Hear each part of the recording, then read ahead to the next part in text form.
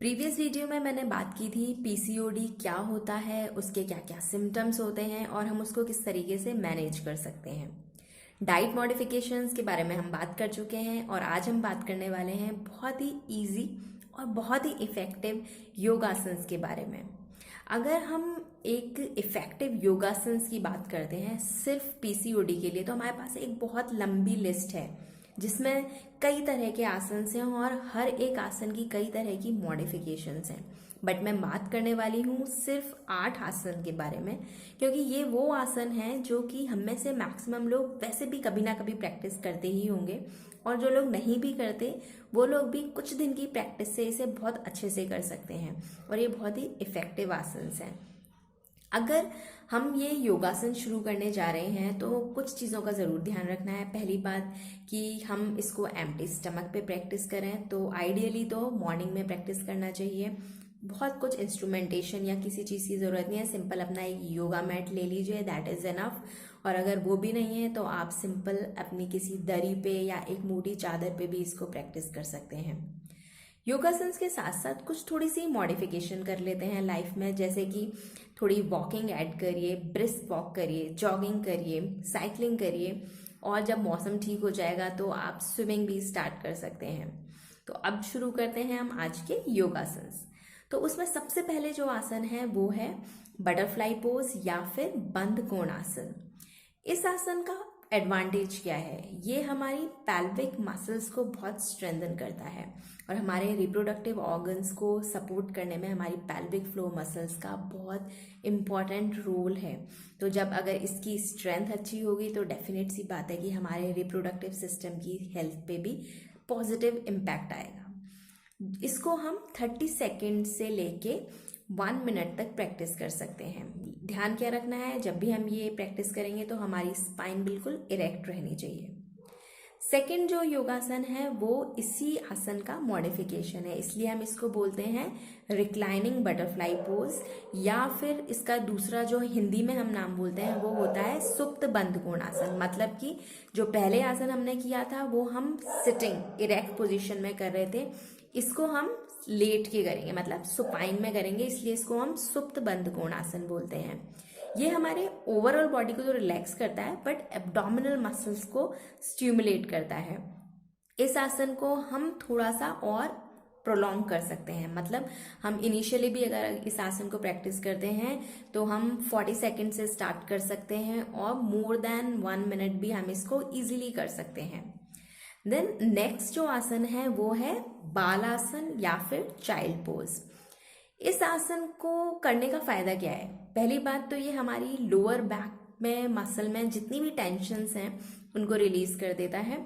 उसके साथ साथ ये हमारे ओवरऑल बॉडी के ब्लड सर्कुलेशन को इम्प्रूव करता है।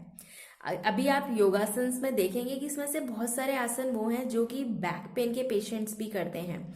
तो ये ना केवल हमारे बैक पेन को कंट्रोल करता है, बैक मसल को स्ट्रेंथन करता है, उसके साथ साथ हमारे पैल्विक मसल्स को भी बहुत अच्छे से स्ट्रांग बना रहा है। तो बालासन के बाद हम नेक्स्ट जो आसन करेंगे वो है चक्की चालन आसन। चक्की चालन आसन मतलब कि नॉर्मल जो हम चक्की चलाते हैं अपनी एब्डोमिनल मसल की टोनिंग के लिए, वही आसन करना है। इसमें हम एक मॉडिफिकेशन कर सकते हैं कि पैरों के बीच में गैप कर दीजिए, पैरों को थोड़ा सा स्प्रेड कर लीजिए, और वही आसन अब हम प्रैक्टिस करेंगे। इसको करने का फायदा क्या है?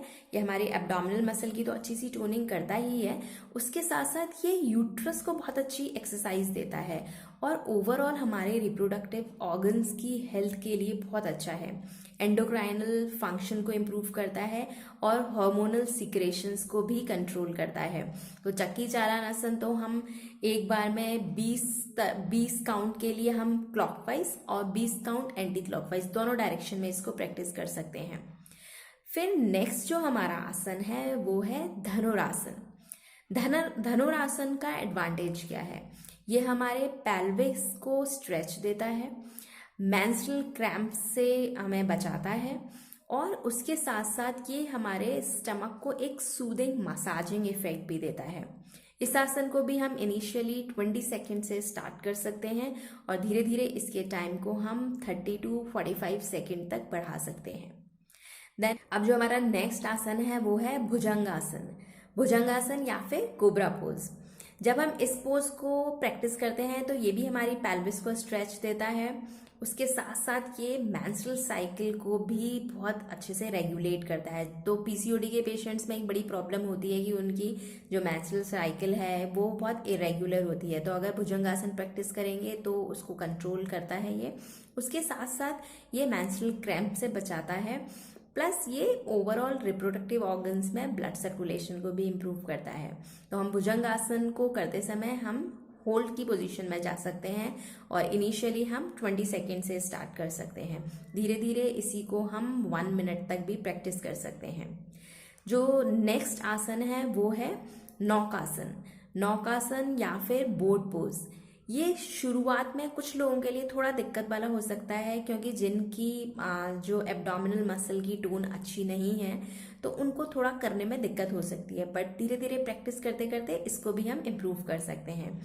इसका एडवांटेज क्या होता है कि ये इम्प्रूव कर रहा है ब्लड सर्कुलेशन डेफिनेटली, ना केवल हमारे रिप्रोडक्टिव ऑर्गन्स में बल्कि ये हमारे डाइजेस्टिव सिस्टम में भी ब्लड सर्कुलेशन को इम्प्रूव करता है, और दोनों चीज़ें कंबाइन करके बहुत अच्छा रिजल्ट देती हैं।